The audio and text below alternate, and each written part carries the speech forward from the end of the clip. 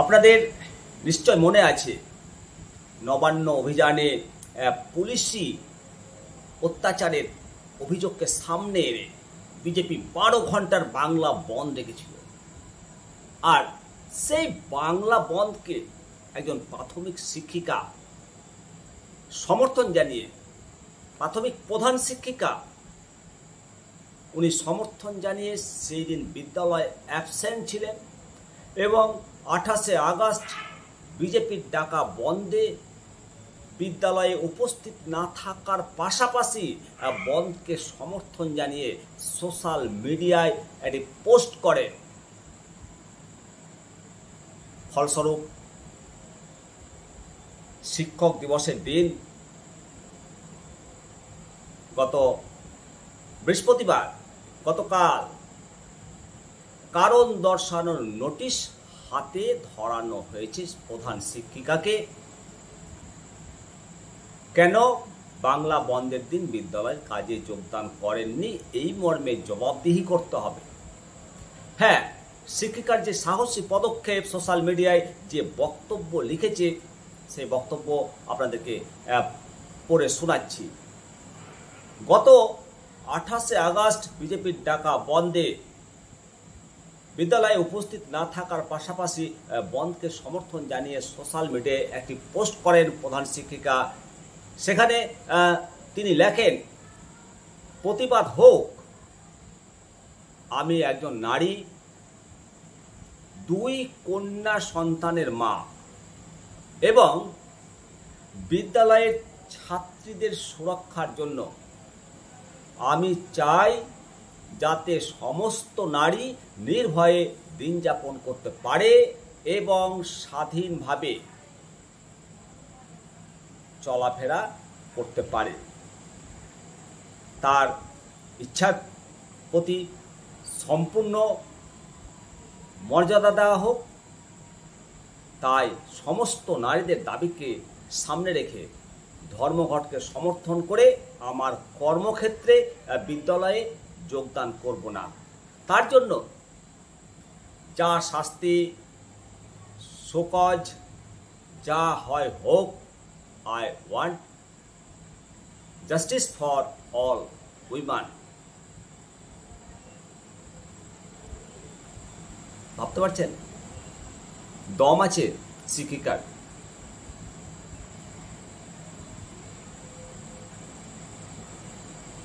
আপনাকে স্যালুট জানাই।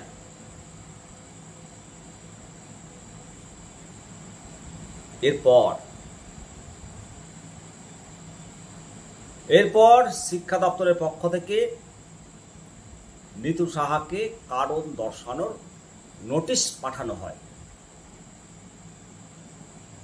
বন্ধকে সমর্থন করার কথা স্বীকার করে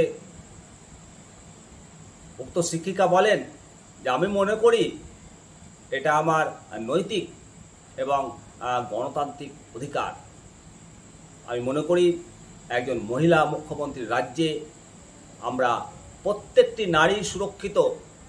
আমার প্রতিবাদ যাতে আমরা সুরক্ষিত থাকতে পারি। কারণ দর্শানোর নোটিশ পাওয়ার প্রসঙ্গে সংবাদ মাধ্যমে ওনার যে মতামত জানতে পারা গেছে যে যথাযথ উত্তর দেব এবং ভবিষ্যতে এই রকম নারকীয় ঘটনা প্রতিবাদ করব বলে তিনি জানান। বিদ্যালয়ের ছাত্রছাত্রীদের এই ঘটনার প্রতিবাদ করতে শেখানোর কথাও বলেন সংশ্লিষ্ট প্রধান শিক্ষিকা।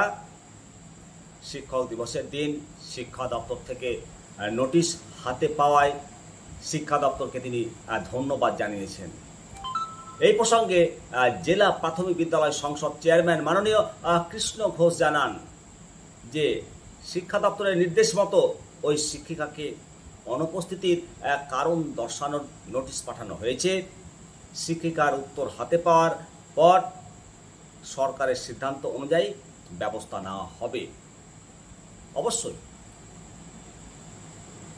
যেখানে সরকার নোটিফিকেশন দিয়ে জানিয়ে দিয়েছে যে নন ডাইস বেতন কাটা হবে, একদিনের বেতন। শিক্ষিকা যে সাহসী পদক্ষেপ নিয়েছে, এটা স্বতঃস্ফূর্তভাবে প্রত্যেকটা শিক্ষক সমর্থন করেন, কিন্তু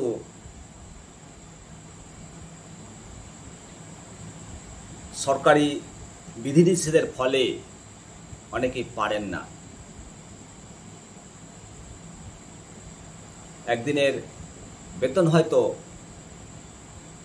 শিক্ষা দপ্তর কেটে নেবেন, পরে হয়তো আইনি লড়াই লড়বেন শিক্ষিকা। বন্ধ, হরতাল এসব প্রচুর হয়েছে। এই সরকারও বন্ধ হরতাল করে কিন্তু ক্ষমতা এসছে, আর এখন কোনো পার্টিকে বন্ধ ডাকতে দেবে না, হরতাল করতে দেবে না। এটা হয় নাকি? ধর্মঘট বন্ধ, এটা মানুষের প্রতিবাদের একটা ভাষা। Pen down. তো যাই হোক, শিক্ষা দপ্তর যেটা পদক্ষেপ নিয়েছেন সেটা শিক্ষা দপ্তরও বাধ্য, যেহেতু রাজ্য সরকার নোটিফিকেশন জারি করেছে। তবে শিক্ষিকার যে সাহস, যে প্রতিবাদের যে ভাষা, এবং উনি লুকিয়ে বন্ধকে সমর্থন করে পরের দিন সিগনেচার করেননি, রীতিমতো সোশ্যালে তার প্রতিবাদের ভাষা লিখেছেন। আগামী দিনে এরকম আরও প্রতিবাদী শিক্ষিকা যদি তৈরি হয়, তখন আন্দোলনের মাত্রা কিন্তু আরও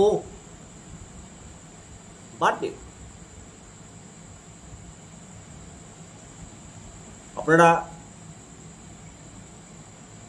যে ঘটনা পরিপ্রেক্ষিতে শোকজ করা হয়েছে, বন্ধটা যে উপলক্ষে ডাকা হয়েছে, এবং বন্ধটাকে যে আবেগে সমর্থন করেছেন প্রধান শিক্ষিকা, সেটা অবশ্যই ভাবা উচিত শিক্ষা দপ্তরকে। বন্ধটাকে আবেগ থেকে, প্রত্যেকটা মহিলার চোখের কোণে জল আছে, ভগ্ন হৃদয় আছে, ওনার দুটো মেয়ে সন্তান আছে, তাদের সুরক্ষার জন্য এই বন্ধকে উনি সমর্থন করেছেন।